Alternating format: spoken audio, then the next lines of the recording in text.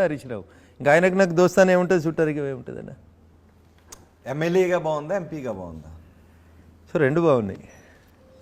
So Dubbaka ఎమ్మెల్యేగా గెలవడం అనేది ఒక చరిత్ర. అది తర్వాత దుబ్బాకే కాదు ఇంకొంచెం విస్తరించి సేవ చేయమని మా ఓటర్లందరూ మెదక్ నియోజకవర్గ ప్రజలంతా పార్లమెంట్కి పంపించారు. సో పార్లమెంట్ అనేది భారత ప్రజాస్వామ్యానికి ఒక దేవాలయం లాంటిది. నాలాంటి చిన్న కుటుంబంకి వెళ్ళి వచ్చినోడు ఎలాంటి రాజకీయ అండదండలు లేకుండా ఎదిగి అంత దూరం పోయిందంటే అది డాక్టర్ బిఆర్ అంబేద్కర్ రాసినటువంటి రాజ్యాంగం యొక్క గొప్పతనం.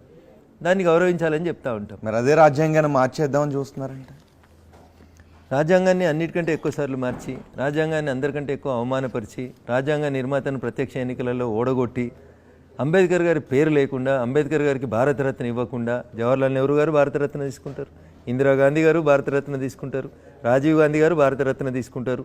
కానీ ఈ 40 ఏళ్లలో ఎన్నడూ భారత రాజ్యాంగ నిర్మాత డాక్టర్ బిఆర్ అంబేద్కర్ గారికి భారతరత్న ఇవ్వాలని ఆలోచన రాని కాంగ్రెస్ పార్టీ ఇవాళ మేము రాజ్యాంగాన్ని అగౌరవపరుస్తున్నాం, మేము అంబేద్కర్ గారిని అగౌరవపరుస్తున్నాం అని బాధపడుతుంటారన్న. ఇది దయ్యాలు వేదాలు వాళ్ళు ఇచ్చినట్టు ఉంటుంది తప్ప ఇంకొకటి కాదు. ఒక చిన్న ఉదాహరణ చెప్తాను నేను. డాక్టర్ బిఆర్ అంబేద్కర్ గారు రాసినటువంటి భారత రాజ్యాంగాన్ని ఎక్కువసార్లు అవమానించింది మొదటి తరంలో జవహర్లాల్ నెహ్రూ గారు అయితే, తర్వాత ఇందిరాగాంధీ గారు, తర్వాత రాజీవ్ గాంధీ గారు, ఆ తర్వాత వచ్చి సోనియా గాంధీ గారు, ఆ తర్వాత రాహుల్ గాంధీ గారు కూడా భారత రాజ్యాంగాన్ని అవమానించారు.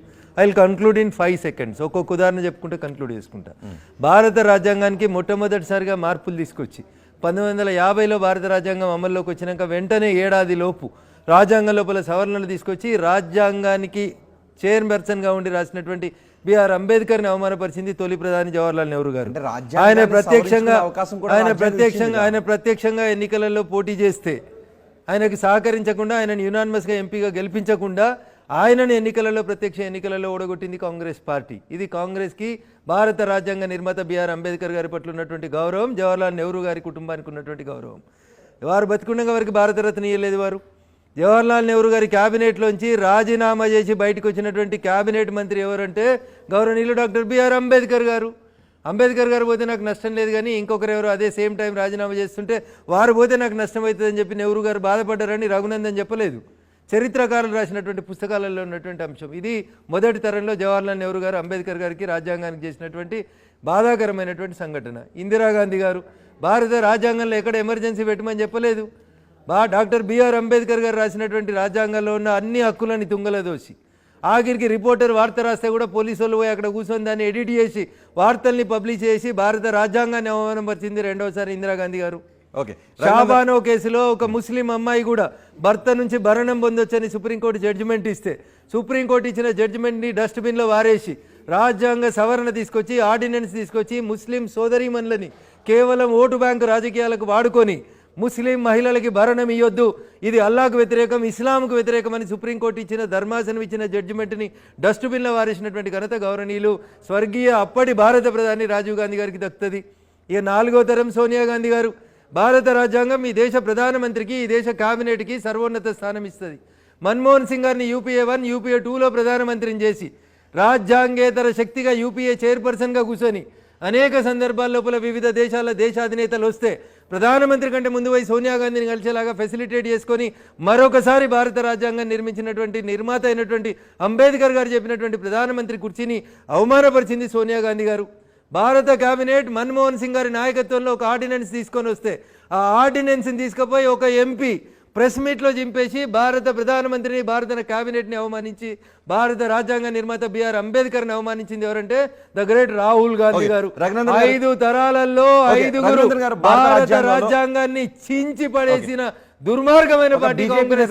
భారత రాజ్యాంగంలో మార్పులు తీసుకుని రావాల్సిన అవసరం ఉందా అని మీరు అనుకుంటున్నారా? మారిన కాలానికి అనుగుణంగా మారుతున్న కాలానికి అనుగుణంగా పరిస్థితులకు అనుగుణంగా రాజ్యాంగాన్ని సవరించుకునే వెసులుబాటుని భారత రాజ్యాంగం ఎందుకు 100 సార్లు మీరు తీసుకుపోయి ఆర్టికల్ 356ని ఉపయోగించారు. ఆర్టికల్ 356 ఎప్పుడు ఉపయోగించమని చెప్పింది భారత రాజ్యాంగం? 100 సార్లు అంటే సవరణ చేయాలి. నేను అదే చెప్తా ఉన్నా. మీరు రోమ్లో ఉంటే రోమన్లా ఉండాలి. ఊరందరూ బెల్బాటం ప్యాంట్లు తొడిగితే నువ్వు పూనా ప్యాంట్ తొడిగినావు అనుకో అన్న రాళ్ళేసి కొడతారు. నేను ఇప్పటికే Congress struggle for existence and survival of the fittest. మన చుట్టూ జనం ఎట్లుంటే మనం అట్లా ఉండడం నేర్చుకోవాలి. దాంట్లో అట్లా మారాలి. అట్లా రాజ్యాంగాన్ని మార్చాలి. కానీ రాజ్యాంగ మౌలిక సూత్రాలకే మొత్తం మీరు తేడా తీసుకొని వచ్చేస్తే మేము అపోజ్ చేస్తాం. రఘునందన్ గారు, ఇప్పటికీ కాంగ్రెస్ నేతలు చెప్తారు సోనియా గాంధీ ప్రధానమంత్రి అయ్యే అవకాశాన్ని వదిలి త్యాగం చేశారు, సో త్యాగమూర్తి తెలంగాణ ఏర్పాటులో కూడా సోనియా గాంధీ చొరవ తీసుకున్నారు అని కాంగ్రెస్ నేతలు కదా చెప్తుంటారు. సో ఈ మిడిమిడి జ్ఞానం మాటలు మాట్లాడుతున్నటువంటి గౌరవ పెద్దలందరికీ కూడా ఒక మాటనైతే నేను చెప్పాలనుకుంటున్నాను. సోనియా గాంధీ గారు ఈ దేశ ప్రధానమంత్రి పదవిని త్యాగం చేయలేదు. సోనియా గాంధీ గారు 2004లో కాంగ్రెస్ పార్టీ యూపీఏ కూటమి గెలిచిన తర్వాత అప్పుడు ఉన్నటువంటి రాష్ట్రపతి దగ్గరికి పోయి నేను రేపు ప్రమాణ స్వీకారం చేస్తా, ఇగో ఇంతమంది ఎంపీలు నాకు సపోర్ట్ చేస్తున్నారని ఓ లిస్టు సబ్మిట్ చేసి వచ్చింది. సబ్మిట్ చేసి వచ్చిన తర్వాత ఇటలీకి వెళ్ళి వాళ్ళ చుట్టాలకు ప్రైవేట్ విమానాలు కూడా పెట్టి రాండి నేను ప్రమాణ స్వీకారం రేపు చేస్తున్నా అని పిలుచుకున్నది. ముహూర్తం ఫిక్స్ అయింది. తర్వాత భారతీయ జనతా పార్టీలో రాజ్యసభ సభ్యుడిగా పనిచేసినటువంటి సుబ్రహ్మణ్య స్వామి గారు రేపు సోనియా గాంధీ ప్రమాణ స్వీకారం అంటే ఈరోజు మధ్యాహ్నం 2 గంటలకి భారత రాష్ట్రపతి కార్యాలయానికి పోయి నేను రాష్ట్రపతి గారిని కలవాలని ఒక ఆబ్జెక్షన్ పిటిషన్ ఇస్తాడు. దేని మీద ఇచ్చిరు పిటిషన్ అంటే ఇది దేశ ప్రజలందరూ కూడా దయించి అర్థం చేసుకోవాలి. నేను సవినయంగా దేశ ప్రజల ముందు ఈ చర్చ జరగాలని కోరుకొని చెప్తున్నటువంటి అంశం. భారతదేశానికి ఇటలీకి మధ్యన ద్వైపాక్షిక ఒప్పందాలని ఉంటాయి. ఆ లెక్కన భారతదేశానికి పాకిస్తాన్కు ఉంటాయి, భారతదేశానికి బంగ్లాదేశ్కు ఉంటాయి, వివిధ విదేశాలతోటి మన దేశానికి బైలేటరల్ ట్రీటీస్ అని ఉంటాయి. ఆ బైలేటరల్ ట్రీటీలో ఏం రాసి ఉంది అనేది సుబ్రహ్మణ్య స్వామి అప్పుడున్నటువంటి రాష్ట్రపతికి చెప్తే రాష్ట్రపతి గారు అటార్నీ జనరల్ ని సోలిసిటర్ జనరల్ అందరినీ రాత్రి పిలుచుకొని ఇగో ఈ లీగల్ అంశాన్ని సుబ్రహ్మణ్య స్వామి గారు చెప్పిండ్రు. ఏం చేద్దాము అంటే then the president of India refused Sonia Gandhi as the prime minister of this country. ఎందుకో చెప్తా, ఒకటే మాటలు చెప్పి ముగిస్తా. భారతదేశ పౌరులు ఇటలీలో బుట్టి పెరిగి ఇటలీ పౌరసత్వం తీసుకుంటే ఇటలీలో దేనికైనా పోటీ చేయొచ్చు, కానీ ఇటలీ దేశ అధ్యక్ష పదవికి మాత్రం మనం అనర్హులము. ఇదే ఇటలీలో రాసుకున్నారు. అండ్ వైస్ వర్సా అంటారు. అంటే ఇటలీలో లేదు కదా, తెలియదు అంటున్నా రోహిత్ అందుకని అరే ఒక్క నిమిషం అదే చెప్తున్నా, ఒక్క నిమిషం ఆగుతలేరు మీరు. వైస్ వర్సా అన్న నేను అంటే భారత పౌరులు ఇటలీలో పౌరసత్వం తీసుకొని ఎమ్మెల్యే కావచ్చు, ఎంపీ కావచ్చు, గవర్నర్ కావచ్చు, మంత్రి కావచ్చు, but he cannot become the president or the prime minister of Italy. And the same law applies to the India also, vice versa. This is written in the bilateral treaty between Italy, ఇటలీనా సోనియా గాంధీ ఇటలీకి ఇండియాకి మధ్యలో ఉన్న ద్వైపాక్షిక ఒప్పందం అన్న. ఆ ఒప్పందం కాపీని తీసుకుపోయి సుబ్రహ్మణ్య స్వామి గారు అక్కడ చెప్పిండ్రు. షీ కెన్ కంటెస్ట్ ఎమ్మెల్యే కావచ్చు, ఎంపీ కావచ్చు, గవర్నర్ కావచ్చు, మంత్రి కావచ్చు, కానీ ఈ దేశ ప్రధానమంత్రి కావద్దు అనే class, this is the class అని ఆయన ఇరు దేశాల మధ్యలో ఉన్న ఒప్పందాన్ని తీసుకుపోయి అప్పటి రాష్ట్రపతి ముంగట సుబ్రహ్మణ్య స్వామి గారు పెడితే అప్పుడు తప్పనిసరి పరిస్థితులలో మధ్య మార్గంగా వచ్చినటువంటి పెద్దలు గౌరవనీయులు డాక్టర్ మన్మోహన్ సింగ్ గారు ఈ దేశానికి ప్రధానమంత్రిగా వచ్చారు. సోనియా గాంధీ ఇష్టపడి కాంగ్రెస్ పార్టీ కోరుకొని సోనియమ్మ త్యాగం చేసి రాలేదు. ఓకే, ప్రధానిగా మన్మోహన్ ఎలాంటి పాలన అందించారు? మీకున్న అభిప్రాయం ఏంటి ఆయన పైన? మౌనముని మంచి పాలన అందించారా? మౌనం ఈ దేశానికి అరిష్టం. వాళ్ళు ఆర్డినెన్స్ చంపేసినప్పుడు రాహుల్ గాంధీ మీద చర్య తీసుకోవాలన్నా తీసుకోవద్దా? ఈ దేశ ప్రధానిగా అంటే ఇప్పుడు మీ కేబినెట్ సహచరులంతా కలిసి ఒక ఆర్డినెన్స్ చేసిర్రు. 543 మంది ఎంపీలలో ఒక MP Rahul Gandhi is not minister, is not party president. ఆయన భారత ప్రధాని, భారత కేబినెట్ తీసుకున్నటువంటి ఆర్డినెన్స్ చింపేసినప్పుడు మీరు మాట్లాడలేకపోయినారు కాబట్టి మీరు మౌనముని అంటే మన్మోహన్ మేధావుల మౌనం ఈ దేశానికి నష్టం. అప్పుడు మీరు మాట్లాడకూడదు ఇవ్వాలి అనే డిమాండ్ వినిపిస్తున్నారు కదా. ఇప్పుడు చనిపోయినటువంటి వ్యక్తిని అనవసరమైనటువంటి కాంట్రవర్సీలోకి తీసుకురావడం అనేది గౌరవప్రదంగా ఉన్నది. మరొక ఆర్థికవేత్త ఈ దేశానికి రిజర్వ్ బ్యాంక్కి గవర్నర్గా పనిచేసిర్రు, ప్రణాళిక సంఘానికి ఉపాధ్యక్షునిగా పనిచేసిర్రు, బాగా చదువుకున్నవారు, విఘ్నులు. ఈ దేశం కష్టాల్లో ఉందని అనుకున్నప్పుడు పివి నరసింహారావు గారు లాంటి ఒక మేధావి వారిని తీసుకొచ్చి ఆర్థిక మంత్రిగా ఈ దేశ రాజకీయ యవనిక మీదకి మన్మోహన్ సింగ్ అనే పేరుని తీసుకొచ్చింది పివి నరసింహారావు గారు. కాబట్టి అది it is don't make it a controversy. Government of India will take appropriate decision. Prem మిమ్మల్ని క్వశ్చన్ అడగాలనుకుంటున్నారు. ప్రేమ్ గారు మీరు లాయర్గా చెప్పండి, సంధ్యా థియేటర్ ఘటనకు సంబంధించి పోలీసులు వీడియోలు టైం టు టైం ప్లే చేసి అన్ని చూపెట్టారు ఎవిడెన్స్, అవి చెల్తాయంటారా? కోర్టు పరిధిలోకి తీసుకునే అవకాశం ఉంది ఆ వీడియోని? మహమ్మద్ అజారుద్దీన్ భారతదేశ క్రికెట్ కెప్టెన్ గా పాకిస్తాన్ తోటి లాలూచి పడ్డాడని, క్రికెట్ మ్యాచ్ లో మ్యాచ్ ఫిక్సింగ్ చేసుకున్నాడని కొన్ని ఆడియో టేపులను తీసుకుపోయి భారత ప్రభుత్వం పోలీసు వాళ్ళు అప్పుడు కూడా గిట్లే కేసు ఇన్వెస్టిగేషన్ చేసి పెడితే భారత సర్వోన్నత న్యాయస్థానం ఆడియోలు వీడియోలు they will become the secondary evidence, that is not the primary evidence అని కాదని చెప్పి భారత మాజీ కెప్టెన్ మహమ్మద్ అజారుద్దీన్ గారికి క్లీన్ చీట్ ఇచ్చినాయి. కానీ ఇప్పుడు మారిన ఎవిడెన్స్ యాక్ట్ లో ఇవి చెల్లుతాయని తీసుకొచ్చారా? సో నేను బిఎన్ఎస్ ఇంకా చదవలేదు, కోర్టు కోతలేను కాబట్టి ఇంకా చదవలేను నేను. ఈ మధ్యలో నాకు అట్లాంటి కొత్త కేసులు కూడా ఏం రాలేదు, వస్తే తప్పకుండా చదువుతాను.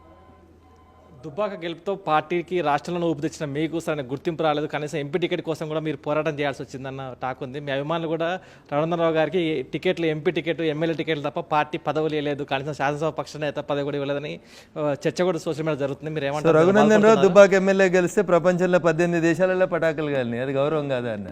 అందుకంటే పెద్ద గుర్తింపు గౌరవం ఏముంటుందన్న? ప్రజలు ఇచ్చినటువంటి పదవి ఎమ్మెల్యే పదవి, ప్రజలు ఇచ్చినటువంటి పదవి ఎంపీ పదవి. మా పార్టీలో ఎప్పుడు ఎవరికి ఎక్కడ ఏ సముచిత స్థానం ఇవ్వాలనో మా పార్టీ పెద్దలు నిర్ణయం తీసుకుంటారు. ఆ నిర్ణయానికి అనుకూలంగా క్రమశిక్షణ కలిగిన కార్యకర్తలుగా తప్పకుండా పనిచేస్తాం. Now I'm happy with the position that which was given by the people of. మీకు రాష్ట్ర అధ్యక్ష పదవి వస్తున్న చర్చ జరుగుతుంది, చాలా మంది కోరుకుంటున్నారు, బలమైన వాయిస్ ఉన్న మీలాంటి వాళ్ళ అధ్యక్ష పదవికి. మా పార్టీ పెద్దలు కోరుకుంటే తప్పకుండా వస్తుంది. పార్టీ పెద్దలు, పార్టీ అధిష్టానం, పార్టీ ఎప్పుడు ఎవరిని ఎక్కడ ఎట్లా వాడుకోవాలనేది పార్టీ పెద్దలకు తెలుసు. ఖచ్చితంగా వాళ్ళు అదే రకంగా ఆ పెద్దల సేవలు వాడుకుంటారు. అధ్యక్షుడిగా మీ సేవలు వాడుకునే అవకాశం ఉందంటారా? Wait and see. నిన్ననే మా రాష్ట్ర అధ్యక్షులు గౌరవనీయులు కేంద్ర మంత్రి కిషన్ రెడ్డి గారు చెప్పారు జనవరిలో అన్ని నియామకాలు జరుగుతాయని. తినబోతు రుచులు ఎందుకు అడుగుతారు? రేపటి నుంచి జనవరి కదా, జనవరిలో. మీరు ఏ ప్లేస్ లో ఉన్నారు? అందులో కొంతమంది పేర్లు వినిపిస్తారు. రఘునందన్ రావు క్రమశిక్షణ కలిగినటువంటి కార్యకర్తగా నాకు ఏ ప్లేస్ ఇస్తే ఆ ప్లేస్ లో ఉండడానికి ఇష్టపడతాను. మీకే ఒక నెంబర్లు ఇచ్చి 1 to 10 ఇచ్చి మిమ్మల్ని ఒక నెంబర్లో పెట్టుకోమని ఇస్తే మీరు ఏ నెంబర్లో పెట్టుకుంటారు? సో నేను ఎప్పుడు కూడా 1వ స్థానంలో ఉండడానికే ఇష్టపడతాను. నేను I don't want to take the defeat so easy. నేనే నెంబర్ 1 ఉండాలని కోరుకుంటా. పార్టీ పెద్దలు ఏం కోరుకుంటే అది జరుగుతుంది. 2వ స్థానం ఎవరికి నిమ్మంటే మీరు ఎవరికి ఇస్తారు? నేను ఎవరికి ఇవ్వను. 1 నుంచి 10 దాకా నేనే అని చెప్తాను. కొత్త సంవత్సరంలో కొత్త అధ్యక్షుడిగా బీజేపీ రఘునందన్ రావు చూడొచ్చా తెలంగాణ అధ్యక్షుడిగా? అదే గౌరవనీయులు నడ్డా గారు, మా పార్టీకి ఒక పార్లమెంటరీ పార్టీ బోర్డు ఉంటుంది, ఎన్నికల కమిటీ ఉంటుంది. వాళ్ళందరూ కూర్చొని చర్చించి అక్కడ వాళ్ళ ముందున్నటువంటి అన్ని పేర్లను పరిశీలించి ఎవరెవరిని ఏ స్థానంలో ఉంచాలని నిర్ణయిస్తే, మీరు కింద ఎందుకు కూర్చున్నారు పైన ఎందుకు కూర్చోలేదని నేను అడగలేను కదా ప్రసాద్ గారు. మీ యాజమాన్యం చెప్పినట్టు మీరు కూర్చుంటారు. గట్లే మా పార్టీ కూడా కొన్ని నిర్ణయాలు తీసుకుంటే దానికి అనుగుణంగా మేము పనిచేస్తాం. వాళ్ళు ఇస్తేనే రఘునందన్ రావు ప్రెసిడెంట్గా చేస్తారా? రఘునందన్ రావు ఏదైనా ప్రెసిడెంట్ కావాలని అడుగుతున్నారా? అమ్మ అడగకపోతే అన్నం పెట్టదు కాబట్టి అడుగుతారు. వైట్ న్యాచురల్గా పిల్లలు అడుగుతారు. కొందరు ఏడ్చి అడుగుతారు, కొందరు మారాం చేసి అడుగుతారు, కొందరు కొట్లాడతారు, కొందరు రకరకాలుగా ఉంటారు. అడగడంలో తప్పు ఉందని నేను అనుకోను. మీరు ఎలా అడుగుతున్నారు? ఏడ్చి అడుగుతున్నారా, మారం చేస్తున్నారా, కొట్లాట? చేసిన పని చెప్పి అడుగుతున్నాను. చేసిన పని చెప్పి అడుగుతున్నాను. నేను ఇంతకాలం పార్టీకి చేసినటువంటి సేవను గుర్తించి ఒక అవకాశం ఇవ్వండి అని అడుగుతున్నాను. పార్టీ అవకాశం ఇస్తే తప్పకుండా పనిచేస్తాను. నాకు ఇవ్వకుండా ఇంకెవరికి ఇచ్చినా, లక్ష్మణ్ గారికి ఇచ్చినా చేసినాం, కిషన్ రెడ్డి గారికి ఇచ్చినా చేసినాం, సంజయ్ గారికి ఇచ్చినా చేసినాం, రేపు ఇంకెవరికి ఇచ్చినా కానీ పార్టీని తెలంగాణలో అధికారంలోకి తీసుకురావడానికి అంతే క్రమశిక్షణ కలిగిన కార్యకర్తగా పనిచేస్తాం. ఎంపీ ఎన్నికల్లో కాంగ్రెస్తో పోటీ పడి 8 సీట్లు గెలుచుకున్నారు మీరు. ఆ తర్వాత ఆ ఊపును ఉపయోగించుకోవట్లేదు, ప్రతిపక్షంగా వెనకబడ్డారు. మీ ప్లేస్లోకి మళ్ళీ బీఆర్ఎస్ వచ్చిందన్న వాదన ఉంది, మీరు ఒప్పుకుంటారు? దానికి నాయకత్వ లోపమే దీనికి కారణం అన్న చర్చ కూడా ఉంది. ఏమంటారు మీరు? బీఆర్ఎస్ ఎక్కడుంది? పోరాటం చేస్తున్నారు కదా, ఏం పోరాటం చేస్తున్నారు? వాళ్ళు అధికారంలో ఉన్న 10 సంవత్సరాల పాటు బీసీ కులగణన చేయరు, బీసీలకు మంత్రి పదవులు ఇయ్యరు. 18 మంది మంత్రులు ఉంటే 54, 56, 50 కంటే ఎక్కువ ఉన్నారు బీసీలని అందరూ అంగీకరిస్తారు. 18 మంత్రులు ఉంటే 10 మంది బీసీలకు మంత్రి పదవి ఇవ్వాలి. బీసీ కులగణన చేయాలి, మేము ధర్నా చేస్తామని చెప్తున్న మా చెల్లె కవితని నేను మీ ద్వారా అడగదలుచుకున్నాను. నేను మీ నాయన అధికారంలో ఉన్న 10 ఏళ్లలో మీరు బీసీ కులగణన ఎందుకు చేయలేదు? మీ నాయన సమగ్ర కుటుంబ సర్వేని ఒకటి చేసింది కదా 2014 ఉన్న 15లో, అది ఎందుకు బయట ప్రకటించలేదు? జనాభాలో సగం కంటే ఎక్కువ ఉన్నారన్న బీసీలకి మీ నాయన 3 మంత్రి పదవులు ఇచ్చి ఆ 3 ఒకదాన్ని అర్ధరాత్రి తీసి అవతల వారేసిన రోజు ఈ చెల్లె మాట్లాడి 10 మందికి బీసీలకు మంత్రి పదవులు ఇవ్వాలి నాయన ఇయ్యి అని చెప్పి కొట్లాడి ఉంటే డెఫినెట్గా ఇవ్వాలి. నేను బీఆర్ఎస్ని గౌరవించడాన్ని, గుర్తించడాన్ని, ప్రజలు కూడా గుర్తించడం. స్టేట్ క్వశ్చన్, బండి సంజయ్ అధ్యక్షుడు దిగిపోయిన దగ్గర నుంచి ఇప్పటి వరకు పార్టీ, రాష్ట్ర పార్టీలో నాయకత్వ లోపం ఉందని చర్చ ఉంది, మీరు ఒప్పుకుంటారా ఒప్పుకోరా? కిషన్ రెడ్డి గారి కంటే మంచి నాయకుడు ఎవరు ఉంటారు? కిషన్ రెడ్డి గారు అజాత శత్రువు. కిషన్ రెడ్డి గారు కిషన్ రెడ్డి గారి నాయకత్వంలోనే 8 మంది ఎమ్మెల్యేలను గెలిచినాం. కిషన్ రెడ్డి గారి నాయకత్వంలోనే 8 మంది ఎంపీలను గెలిచినాం. కిషన్ రెడ్డి గారి నాయకత్వంలోనే ఒక ఎమ్మెల్సీ ఉంది, 8 మంది ఎమ్మెల్యేలు ఉన్నారు, 8 మంది ఎంపీలు ఉన్నారు, ఒక రాజ్యసభ ఉంది. ఇంత ఎదిగిన తర్వాత కూడా మీరు ఉన్న నాయకుని మీద బురద వెళ్తామంటే ఎట్లా? ఆయనకు నోరు లేకపోవచ్చు, మంచోడు కావచ్చు, సౌమ్యుడు కావచ్చు, ఆయనను పట్టుకొని మీరు గట్లంటే ఎట్లా? Is an able leader, is a devotee for the party. మీరు కవిత గురించి మాట్లాడారు కాబట్టి కవిత కూడా మీకు కౌంటర్ ఇస్తూ రఘునందన్ రావు పేరు ఎత్తగానే ఎవరు కాంగ్రెస్ నుంచి గెలిచిన ఎంపీనా అని అడిగింది. ఎందుకంటే నేను మాట్లాడేది కాంగ్రెస్ను డిమాండ్ చేస్తున్నా, కాంగ్రెస్ ఇచ్చినటువంటి ఎన్నికల హామీ గురించి మాట్లాడితే ఎందుకు ఉలికిపడి రఘునందన్ రావు ప్రశ్నిస్తున్నారు? 8 మంది ఎంపీలు కూడా ఇక్కడ ఉన్నటువంటి ముఖ్యమంత్రికి రక్షణ కవచంలా కాపాడుతున్నారు, నేను అడిగింది బీజేపీని కాదు కదా అని చెప్పి కూడా ఒకవైపు ప్రశ్న వస్తుంది కవిత నుంచి. మీకు కవిత అడిగింది కరెక్టే. ఖమ్మం ఎంపీ పేరు కూడా రఘువే, నల్గొండ ఎంపీ పేరు కూడా రఘువే, మెదక్ ఎంపీ పేరు కూడా రఘువే. ఏ రఘు మాట్లాడిండి అనేది ఆమె కన్ఫ్యూజ్ అయి ఉంటుంది పాపం. 3 రఘులు ఉన్నారు ఇప్పుడు తెలంగాణలో ఉన్న 17 మంది ఎంపీలలో 3 ఎంపీలు రఘువే ఉన్నారు.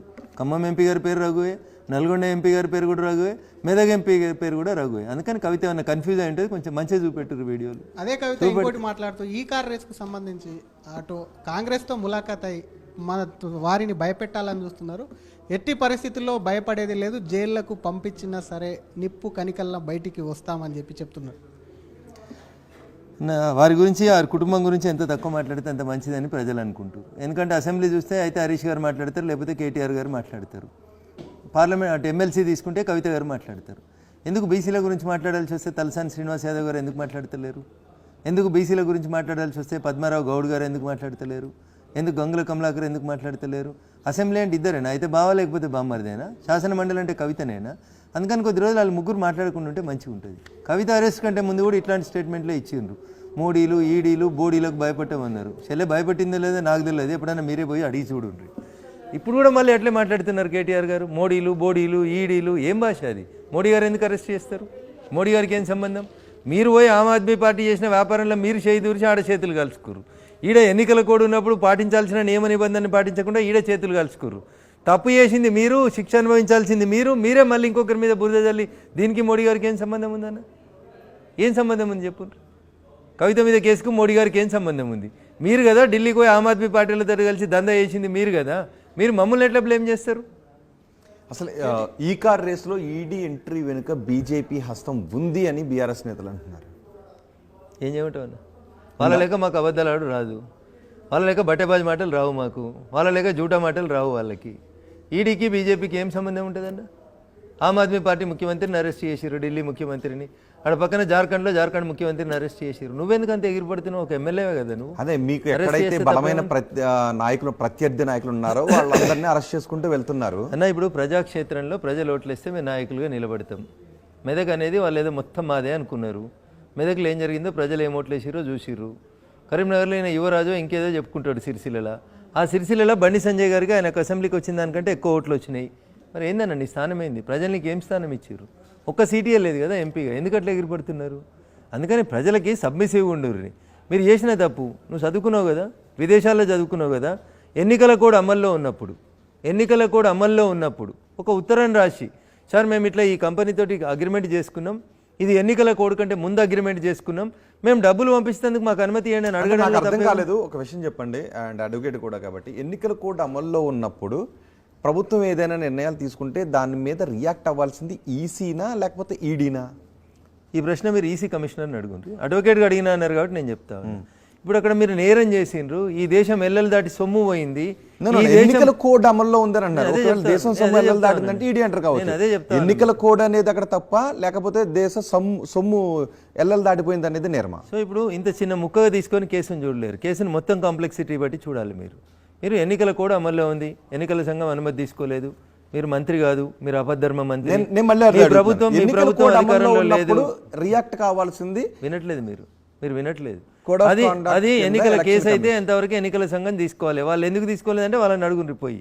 ఇవాళ ఈ ప్రభుత్వం మీరు మంత్రి కాకుండా, మీరు ఆపద్ధర్మ మంత్రిగా ఉండి, reserve bank of India permission తీసుకోకుండా, ఎన్నికల కోడ్ ఉన్నప్పుడు నీ కేబినెట్ నిర్ణయం లేకుండా, నువ్వు రాతపూర్వకంగా ఇవ్వకుండా, నీ కింద పనిచేస్తున్న ఒక ఐఏఎస్ అధికారి చెప్తా ఉన్నాడు, ఆయన పంపన్నా నేను పంపినా. ఇది మీ అమ్మనాన్న నిర్ణయం తీసుకునే స్థానంలో లేవుంటున్నా. When once the election code comes into force, you are no more a minister.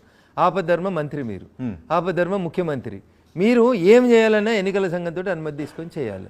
బాగా చదువుకున్నారు కదా మీరు, విదేశాల్లో అడుగుతుంది. అదే మళ్ళీ అదే క్వశ్చన్ అడుగుతాను. నాకు క్లియర్ కట్గా చెప్పండి రఘునందన్ గారు, ఎందుకంటే ఒక సీనియర్ అడ్వకేట్ కాబట్టి, నాకంటే ఎక్కువ ఎన్నో కేసులు మీరు ప్రాక్టీస్ చేసిన మీకు ఏం కావాలో చెప్తే కాబట్టి, అక్కడ రియాక్ట్ కావాల్సింది ఈసీనా ఈడీనా? ఈడీ ఎప్పుడు రియాక్ట్ కావాలి, ఈసీ ఎప్పుడు రియాక్ట్? ఒకవేళ మీరు ఎన్నికల కోడ్ అని అంటున్నారు కాబట్టి, ఎన్నికల సంఘం ఎన్నికల కోడ్ అమల్లో ఉన్నప్పుడు రియాక్ట్ అవుతుంది. ఈడీ ఎప్పుడు రియాక్ట్ అవుతుంది అంటే, దేశంలో ఎప్పుడైనా గుర్తుపెట్టుకోండి, ఇది ఒక స్టాండర్డ్ పాయింట్, ఇది రాసి పెట్టుకోండి. ఇంకా భారతదేశంలో ఎవరి మీదనన్నా ఒక ఎఫ్ఐఆర్ రిజిస్టర్ అయి ఉంటే ఈడీ కెన్ కమ్ స్ట్రైట్ గా వచ్చి మిమ్మల్ని తీసుకుని. అక్కడ ఎన్నికల కోడ్ అనేది ఇర్రెలెవెంట్, రైట్? ఎన్నికల కోడ్ అనేది ఇర్రెలెవెంట్, రైట్? ఈ కేసుకు సంబంధించి ఎన్నికల కోడ్ ఇర్రెలెవెంట్. కానీ మరి ఎన్నికల కోడ్ అనే దాన్ని ఎందుకు ప్రధానంగా తీసుకొస్తున్నారు పైకి?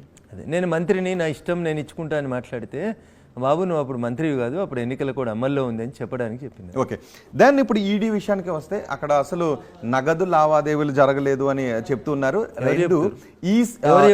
కేటీఆర్ అంటున్నారు ఆయన ముద్దాయి కదా, నువ్వే కోర్టులో చెప్పుకో, నువ్వు నిర్దోషి అని చెప్పి కోర్టులో నిరూపించుకో. ఆ కంపెనీపై ఎందుకు కేసు పెట్టలేదు? నేను ఏం చెప్తున్నా మీకు, మీరంతా ఆవేశపడాల్సిన అవసరం లేదు. తప్పు ఈ దేశంలో జరిగింది, తప్పు చేసినోడు ప్రత్యక్షంగా కనబడుతున్నాడు.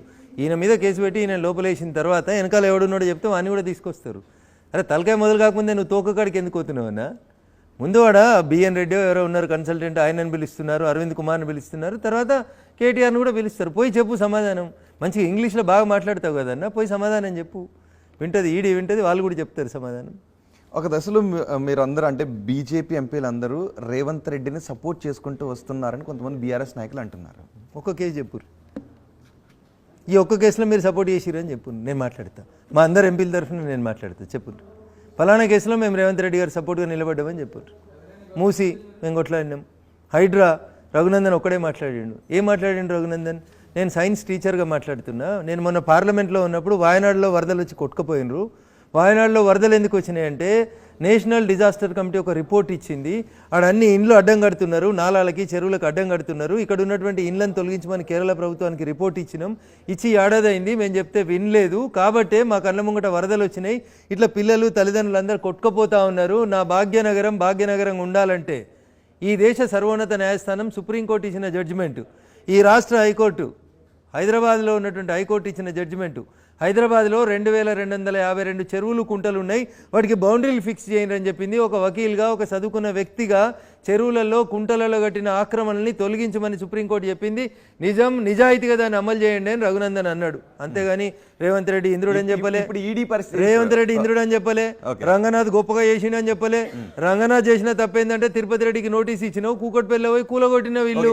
తిరుపతి రెడ్డి ఇల్లు కూడా అట్లే కూలగొట్టినట్టు అని చెప్తున్నా. హైడ్రా ఏ స్టేటస్ లో ఉందనిపిస్తుంది మీకు? హైడ్రా పరిస్థితి ఏమనిపిస్తుంది ఇప్పుడు? సుప్త చేతనావస్థలో కనబడతా ఉంది, నిద్రపోతున్నట్టు కనబడతా ఉంది. నిద్ర లేచిన తర్వాత ఆయన పని చేస్తారేమో, కొత్త చట్టం, కొత్త ఇది, దానికోసం ఆయన ఎదురు చూస్తున్నారేమో. Wait and see. తొందరపడ్డ రైట్. మా ఎడిటర్ మిమ్మల్ని క్వశ్చన్ అడగాలనుకుంటున్నారు. ప్రస్తుతం గురుకుల పాఠశాల జరుగుతున్న వరుస ఘటనల గురించి ఏం చెప్తారు సార్? ఇప్పుడు ఈ రోజు కూడా జరిగింది, మధ్యాహ్నం కూడా జరిగింది. ఈ రోజు ఖమ్మం మదిరలో జరిగింది.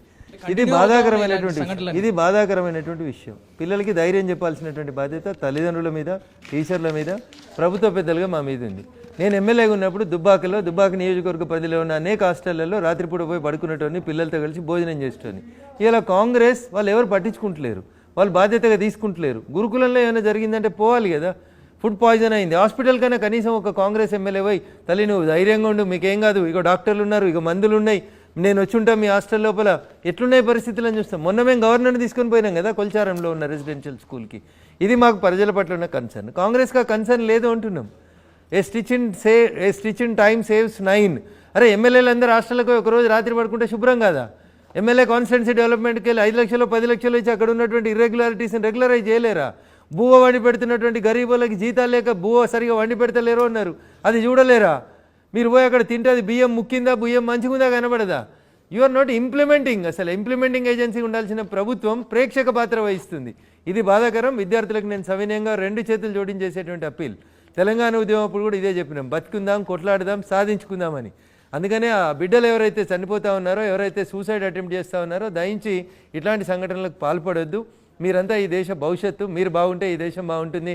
మీ అమ్మ నాన్న అనేక ఆశలు ఆకాంక్షలతోటి మిమ్మల్ని ఆ స్కూల్కి పోతే మీరు మలావత్ పూర్ణనో ఇంకేదో గొప్పగా ఎదుగుతారని, ఎదగాలని వారు కోరుకొని పంపించారు. ఆ తల్లిదండ్రులకి కడుపు కోతని మిగిల్చొద్దని నేను సోదరిమణులు అనేటువంటి విద్యార్థులందరూ కూడా అప్పీల్ చేస్తాను. రైట్. ఈ హైడ్రా గురుకులం ఈ రెండు ఇప్పుడు మాట్లాడారు కదా, ఇవి కాకుండా ఏడాది కాంగ్రెస్ పాలనని మీరు ఎలా విశ్లేషిస్తారు? చంద్రశేఖరరావు అంటే ముఖ్యమంత్రి గారికి బదనాం కావడానికి, టీఆర్ఎస్ పార్టీకి బదనాం కావడానికి 10 సంవత్సరాలు పట్టింది. చంద్రశేఖరరావు గారి 10 సంవత్సరాల పాలన మీద ప్రజలు ఎట్లయితే కోపంగా ఉన్నారో, ఇలా 12 నెలల రేవంత్ రెడ్డి గారి ప్రభుత్వ పాలన మీద కూడా ప్రజలకు అంతే విరక్తి వచ్చింది, అంతే కోపం వచ్చింది. మీరు ఇందాక గురుకుల మీద మాట్లాడారు కాబట్టి అడుగుతున్నాం. గురుకులకు సంబంధించి పాయిజన్ కేసులలో బీఆర్ఎస్ హస్తం ఉంది, వాళ్ళే చేయిస్తున్నారు ఇదంతా అని చెప్పి కూడా ఒకవైపు కాంగ్రెస్ రిమాండ్ ఎందుకు ఇస్తలేరన్న? అట్లా ఎవరైనా పాయిజన్ కలిసి పిల్లల్ని బలిపశువులుగా మార్చాలని బీఆర్ఎస్ వాళ్ళు, కాంగ్రెస్ వాళ్ళు, రఘునందన్ రావు, మీరు ఇంకెవరైనా ప్రయత్నం చేశారు అనుకో, why can't you remand them? ఏం చేస్తుంది నీ పోలీసు, నీ వ్యవస్థ ఏం చేస్తుంది? రాజకీయ కోణంలో బురద జల్లొద్దు శ్రీధర్ అన్న. నేనేమంటున్నా, తప్పు చేసిరని నీకు తెలిసింది, ఓ గురుకుల హాస్టల్లో కొంచెం పాయిజన్ కలిపిర్రు, ఎవరో కలిపిర్రు పబ్లిసిటీ కోసం అని అనుకో, లేదా ప్రభుత్వాన్ని బదనాం చేయడానికి. నీ వ్యవస్థ ఏం చేస్తుంది? నీ పోలీసు వాళ్ళు ఏం చేస్తుర్రు? ఎందుకు నిద్రపోతుర్రు? భద్రత మాదే, బాధ్యత మాదే. ఇది తెలంగాణ పోలీసు వాళ్ళ రింగుటోను. ఎవరి భద్రతకు ఉన్నారు మీరు? ఏం బాధ్యత తీసుకుంటున్నారు? ఇది నేను అడుగుతున్న ప్రశ్న. ఎమ్మెల్యేలంతా వెళ్ళి వాళ్ళు కూడా భోజనాలు చేసినట్టున్నారు ఒక పూట, కాంగ్రెస్ వాళ్ళందరూ వెళ్ళి. 10 నిమిషాల కోసం షో ఆఫ్ చేస్తే ఆ నిమిషం కొంచెం బ్లీచింగ్ పౌడర్, కొంచెం ఊడ్చుడో ఏదో ఒకటి చేస్తారన్న. ఒక పూట ఉండండి అంటున్నా పిల్లలతోటి. అంత బిజీ అయిందన్నా. నీ నియోజకవర్గంలోనే ఒక రెసిడెన్షియల్ స్కూల్లో ఒక పూట ఉండు. పుస్తకాలు ఉన్నాయా, యూనిఫామ్ ఉందా, పడుకుంటున్నావా, ఫ్యాన్ ఉందా, లైట్ ఉందా, ఒకసారి చూడండి. అంత ఓపిక లేకపోతే ఎట్లా అన్న గౌరవ ప్రజాప్రతినిధులకి? రఘునందన్ రావుకి సంబంధించి ఇంకొక క్వశ్చన్. ఇందాక అధ్యక్షుడు దాని మీద మీరు దానికి స్పందించారు. మోడీతో మీరు అందరు భేటీ అయ్యారు. మోడీతో రఘునందన్ రావు కూడా మాట్లాడినట్టు తెలుస్తుంది. ఇంతకు మీకు గతంలో ఎంపీ టికెట్ అడిగారని తెలిసింది మాకు మోడీతో. నేరుగా ఈసారి మోడీతో భేటీ అయినప్పుడు మొన్న మరి మీరు అధ్యక్ష పదవి కూడా కావాలని చెప్పారు. అసలు ఏం జరిగింది ఆ చర్చల్లో? తెలంగాణ రాష్ట్రంలో భారతీయ జనతా పార్టీని అధికారంలోకి తీసుకురావడానికి చేయాల్సిన పనుల గురించి ఈ దేశ ప్రధానిగా, మా పార్టీ నాయకుడిగా గౌరవనీయులు నరేంద్ర మోడీ గారు మాకందరికీ దశను నిర్దేశించారు. అంతేగాని నువ్వు అధ్యక్షుని అవుతావా, నేను అధ్యక్షుని అవుతావా అనే చర్చ వారి ముందు జరగదు. అట్లాంటి దానికి స్కోప్ ఉండదు. ఎందుకంటే వారి ఈ దేశ ప్రధాని, పార్టీ అధ్యక్షుడు వేరే ఉంటారు. అట్లాంటి చర్చ ఏమైనా జరిగితే పార్టీ అధ్యక్షుని రూమ్లో జరుగుతుంది. సార్ 2023 ఎన్నికల ముందు కూడా టీఆర్ఎస్కి ప్రత్యామ్నాయం కేవలం బీజేపీ అన్నారు, కానీ సింగిల్ డిజిట్కే పరిమితం అయ్యారు. 2028లో దాన్ని మీరు ప్రత్యామ్నాయంగా మీరు భావిస్తున్నారా? భారతీయ జనతా పార్టీ అధికారంలోకి వస్తుందని అనుకుంటున్నాం. ఎప్పుడు ఎన్నికలు వచ్చినా ఈ రాష్ట్రంలో మేమే అధికారంలోకి వస్తామని అనుకుంటున్నాం. ఎందుకంటే 10 ఏళ్ళ వాళ్ళ పాలన చూసిరు, 12 నెలల వీళ్ళ పాలన చూసిరు. కాంగ్రెస్ టీఆర్ఎస్ రెండు కూడా ఒకే తాను ముక్కలని ప్రజలు అనుకుంటున్నారు. ఈ పరిస్థితులలో ప్రజల ముందు ఉన్నటువంటి ఆల్టర్నేట్ కాశ్మీర్ నుంచి కన్యాకుమారి దాకా ఈ దేశాన్ని పరిపాలిస్తుంది.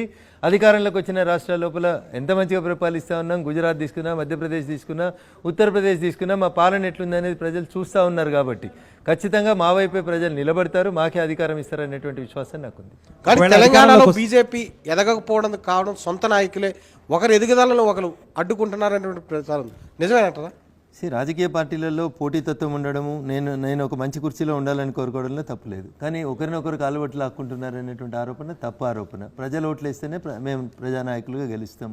ఎమ్మెల్యేలుగా అయినా, ఎంపీలుగా అయినా. ప్రజలు కాంగ్రెస్కి అధికారం ఇచ్చిండ్రు, వాళ్ళు మిజరబుల్గా ఫెయిల్ అయినరు. 12 నెలలలోనే 10 ఏళ్ళ టీఆర్ఎస్ ఎంత బదనామైందో కాంగ్రెస్ పార్టీ అంత బదనామైంది. కాబట్టి ఇప్పుడు ఆల్టర్నేట్గా కాంగ్రెస్ టీఆర్ఎస్ రెండు ఒకే తాను ముక్కలైనాయి. కాబట్టి నెక్స్ట్గా మమ్మల్నే చూస్తారు, మా మిగతా రాష్ట్రాల్లో పరిపాలన చూస్తారు, నరేంద్ర మోడీ గారి నాయకత్వాన్ని చూస్తారు, మాకే అవకాశం ఇస్తారనేటువంటి సంపూర్ణ విశ్వాసంతో మేము పనిచేస్తున్నాం. ఆ దిశగా అడుగులు ఎట్లా వేయాలో మాకు గౌరవ ప్రధాని నరేంద్ర మోడీ గారు డైరెక్షన్స్ ఇచ్చారు. కానీ మీ పార్టీలోనే 8 మంది ఎంపీలు చూసుకుంటే ఒక్కొక్కరు సీనియర్ నాయకులు, ప్రతి ఒక్కరు తామే నెక్స్ట్ అధ్యక్షుడు అంటున్నారు. సో అడగడంలో తప్పేం లేదన్న. కానీ అవుడు ఒకరే అవుతారు అధ్యక్షుడు ఎవరైతే అధ్యక్షుడి నాయకత్వంలో మిగతా అందరం పనిచేస్తాం. మేము మిగతా పార్టీలకు కాదు, అందరం కలిసే ఉన్నాం, కలిసే పనిచేస్తాం. యూనిటీగానే ఉంది పార్టీ మొత్తం. మీ పార్టీ అధ్యక్షుడు ఎల్పీ మీటింగ్ పెడితే ప్రతి ఒక్కరు హాజరవ్వట్లేదు కదా, కిషన్ రెడ్డి గారు పార్టీ అధ్యక్షుడు. మీరు అడిగిన ప్రశ్న తప్పన్నా. ఎల్పీ వేరు, ఎల్పీలో మెంబర్ ఆఫ్ లెజిస్లేటివ్ అసెంబ్లీలు పోతారు. పార్టీ అధ్యక్షుడు పిలిచినప్పుడు అందరం పోతాం. సో అందుబాటులో ఉన్న వాళ్ళు అందరం పోతాం ప్రతి మీటింగ్ కూడా. అట్లాంటి ప్రధానమంత్రి గారితో జరిగిన మీటింగ్ కూడా మహేశ్వర్ రెడ్డి గారు రాలేదు, ఫ్లోర్ లీడర్. ఎందుకు రాలేదంటే వారి కూతురు పెళ్లి కోసమని వారు విదేశాల్లో ఉన్నారు. మీరు దాన్ని కూడా కోడిగుడ్డు మీద ఈకలు బిక్తే ఎట్లా అన్న? అందుబాటులో ఉన్న అందరం ప్రతి మీటింగ్కి పోతాం, అందరం ఒకరినొకరు గౌరవించుకుంటాం. రఘునందన్ రావు గారు, వచ్చే ఎన్నికల్లో అధికారంలోకి వస్తామని మీరు ధీమా వ్యక్తం చేస్తున్నారు. మొన్న బీసీ సీఎంను కూడా ప్రకటించారు, బీసీ అభ్యర్థిని పెడతామని. వచ్చే ఎన్నికల్లో గిట్ట బీజేపీ అధికారంలోకి వస్తే రఘునందన్ రావును సీఎంగా చూడొచ్చా, లేదంటే బీసీ అభ్యర్థిని పెట్టే అవకాశం ఉందా? కమలం జెండా ఎగరాలని కోరుకుంటున్నాం, భారతీయ జనతా పార్టీ అధికారంలోకి రావాలని కోరుకుంటున్నాం. వచ్చిన తర్వాత మా పార్టీ అధిష్టానం ఎవరిని పెడితే వారితో కలిసి పనిచేస్తాం. అంటే మొన్న జెండా ఎగరక ముందే అనౌన్స్మెంట్ చేసినట్టున్నారు. మళ్ళీ ఎన్నికలప్పుడు ఏం అనౌన్స్ చేస్తారో వేచి చూద్దాం. ఇంకొకటి, ఇంకా 4 సంవత్సరాలు ఉంది కదన్నా, వెయిట్ అండ్ సీ. ఇంకొకటి, ఓఆర్ఆర్ లీజ్కు సంబంధించి గతంలో రఘునందన్ రావు దాని మీద కంప్లైంట్ చేశారు. ఈడీ వరకు వెళ్ళి అవకతవకలు జరిగాయంటూ కూడా అక్కడ కూడా ఫిర్యాదు చేసినటువంటి సిచ్యువేషన్ ఉంది. ఆ కేసు ఎక్కడ వరకు వచ్చింది, దాని మీద ఎందుకు రఘునందన్ రావు కామయ్యాడనే కొంత చర్చ కూడా జరుగుతుంది. దానికి రఘునందన్ రావుకి అప్పుడు ఉన్నటువంటి అరవింద్ కుమార్ అనేటువంటి ఐఏఎస్ ఆఫీసర్ రఘునందన్ రావుకి, రేవంత్ రెడ్డికి ఇద్దరికి 1000 కోట్ల పరువు నష్టంకి నోటీస్ ఇచ్చిండు. మేము నోటీస్కి జవాబు ఇచ్చినాం. వాళ్ళు మళ్ళీ కోర్టులో కేసు వేయాలి, వాళ్ళు వేయలేదు, వాళ్ళు సప్లై కూరుకున్నారు. మేము కంప్లైంట్ చేయాల్సిన ఏజెన్సీలకు చేసినాం. మొన్న ఈ రాష్ట్ర ప్రభుత్వం ఏదో నిండు శాసనసభలో చెప్పింది ఓఆర్ఆర్ మీద మేము విచారణ ప్రారంభిస్తున్నామని. జరగని విచారణ అంటే ఓఆర్ఆర్ లీజుని రద్దు చేయాలా? ఇప్పుడు బీఆర్ఎస్ అంటుంది రద్దు చేయండి, మీరు సిట్టు వేస్తున్నారు కదా, రద్దు చేయండి అని అంటుంది. నేనేమంటున్నాను, ఓఆర్ఆర్ రద్దు చేసి ఎవరికి ఇవ్వాలి? హరీష్ రావు గారికి ఇవ్వాలన్నా, కేటీఆర్ గారికి ఇవ్వాలన్నా? ఓఆర్ఆర్ లీజ్ ఇచ్చినటువంటి అంశంలో అవకతవకలు జరిగినాయి అనేది మేము ఆరోపించిన మాట వాస్తవం. నేను రేవంత్ రెడ్డి గారు కూడా చేస్తున్నారు. ఇప్పుడు దాని మీద ఎంక్వైరీ చేసినారు. ఎంక్వైరీలో తేలిన తర్వాత చేస్తావా? ఇప్పుడు నేను రద్దు చేస్తే వాడు తెల్లారు పోయి కోర్టుకు పోయి స్టే తెచ్చుకొని మళ్ళీ కోర్టులో స్టే ఉంది కాబట్టి అనుమానం మాత్రమే జరిగింది అనేది కన్స్ట్రక్టివ్ గా సాక్ష్యాలు ఉన్నాయా? ప్రతిపక్ష ఎమ్మెల్యేగా ఆ రోజు నాకు ఉన్నటువంటి అనుమానాలని అరవింద్ కుమార్ గారి ముందు పెట్టినాం. ఓఆర్ఆర్ పై మీకున్న అనుమానాలు మాత్రమే, రైట్? లేకపోతే నాకు ఆధారాలు ఎట్లుంటే నేను పోలీసు ఉన్నా? అనుమానాలు రాజకీయ పార్టీల దగ్గర ఆధారాలు ఏముంటాయన్నా? పేపర్లో వచ్చినటువంటి డాక్యుమెంట్స్ లేదా టెండర్ సమయంలో కామన్ సెన్సు. రోజు 2 కోట్ల నుంచి 3 కోట్ల రూపాయలు వచ్చేటువంటి దాన్ని మీరు తీసుకుపోయి 30 సంవత్సరాలకు లీజ్ ఇచ్చి 7,000 అంటే కోట్లకి ఇవ్వడాన్ని ఓఆర్ఆర్ పై ఆరోపణలపై రఘునందన్ రావు కన్నా కేవలం అనుమానాలు మాత్రమే, ఆధారాలు కాదు. మరి ఇన్వెస్టిగేషన్ జరుగుతూనే కదా ఆధారాలు వచ్చేటి. రఘునందన్ రావు పోయి నీ ఫైల్ ఏమని అరవింద్ కుమార్ దగ్గరికి లాక్కోలేడు కదా. ఎప్పుడైతుంది అది? ఇన్వెస్టిగేషన్ జరిగినప్పుడు అవుతుంది. నా ఆరోపణ నిజమా కాదనేది ఎప్పుడు తెలుస్తుంది? పోలీసు వాళ్ళు లేదా ఇన్వెస్టిగేటింగ్ ఏజెన్సీ వచ్చి ఎంక్వైరీ చేస్తే, మేము ఎంక్వైరీ చేయించమనే కదా అప్పుడున్న ప్రభుత్వాన్ని. ఇప్పుడు ఎంక్వైరీగా వేస్తున్నారు కదా, ఎంక్వైరీ వేస్తామంటున్నారు కదా, మళ్ళీ పిలిస్తే మాకు నోటీసులు ఇస్తే పోతాం. మేము కూడా మా దగ్గర ఉన్న విషయాలన్నీ చెప్పొస్తాం కదా. రైట్. సార్ రఘునందన్ రావు గారు, ప్రధానమంత్రి నరేంద్ర మోడీతో సైతం మీ ఎంపీలందరూ కూడా ఎలక్షన్ టైంలో కాళేశ్వరం పూర్తిగా అక్రమాలకు పాల్పడ్డారు, 1000 కోట్ల అక్రమాలు జరిగాయి అన్నారు. కానీ ఇప్పటివరకు కేసీఆర్ అరెస్ట్ చూపించలేదు. అసలు ఏమైంది ఆ కాళేశ్వరం కేసు?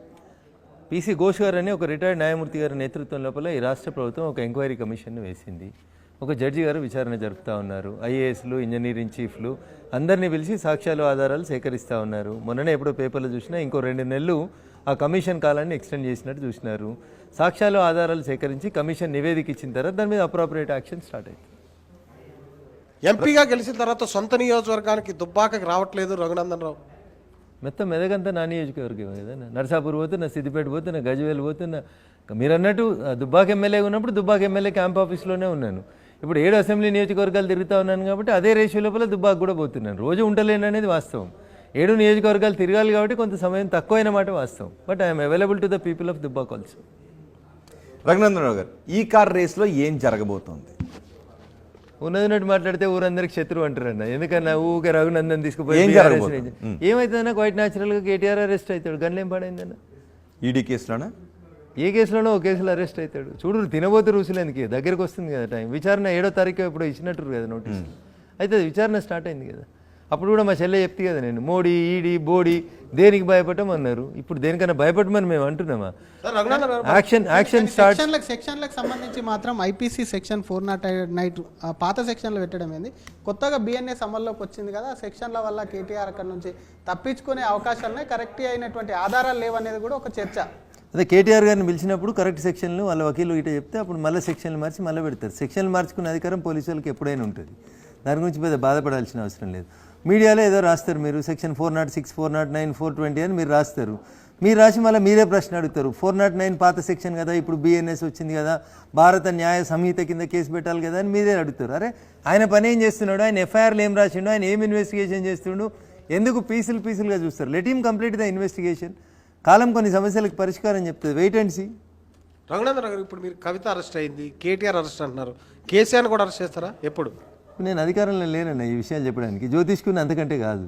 ఆయన మీద ఏమైనా కేసు అయినప్పుడు అడుగు, చెప్తా ఏం జరుగుతుంది. కేంద్రంలో చాలా ఆరోపణలు చేశారు కదా, బీఆర్ఎస్ పైన, బీఆర్ఎస్ అధినేత పైన, ప్రసాద్ అన్నట్టు చాలా ఆరోపణలు చేశారు, అరెస్ట్ అవుతారని అంటూ ఉన్నారు. ఇప్పుడు కాళేశ్వరంలో విచారణ జరుగుతుంది, రింగ్ రోడ్లో విచారణ జరుగుతుంది.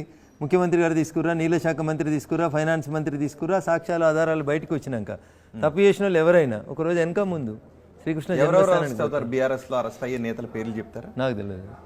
I'm not a police officer. అంటే మీ దగ్గర డేటా ఉంది కదా, అవినీతికి సంబంధించిన డేటా ఉంది కదా, అవినీతి చేశారని అంటున్నారు కదా.